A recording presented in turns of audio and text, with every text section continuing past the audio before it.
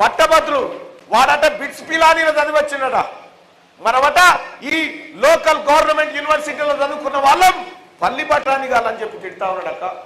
ఇదా వీళ్ళ పద్ధతి? ఇదా అహంకారం? ఈ అహంకారంతో ఇవాళ ప్రజల్ని అవమానిస్తూ ఉంటే, ఈ పట్టభద్రులను అవమానిస్తూ ఉంటే ఇవాళ చూస్తూ ఊరుకుంటామా? ఒకసారి ఆలోచన చేయాల్సిందిగా కోరుతా ఉన్నాం. ఇక్కడే మీడియా సోదరులు ఉన్నారు, అన్నే నిన్న ఈ మాటలను అనడా లేదా?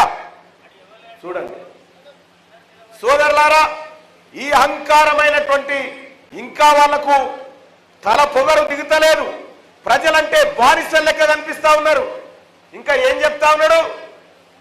కేటీ రామారావు ప్రజలే తప్పు చేసిరట, వాళ్ళని ఓడగొట్టి ఓట్లేయక ప్రజలే తప్పు చేసిరట. వాడేదో మనం వానికి పట్టేదారులమైనట్టుగా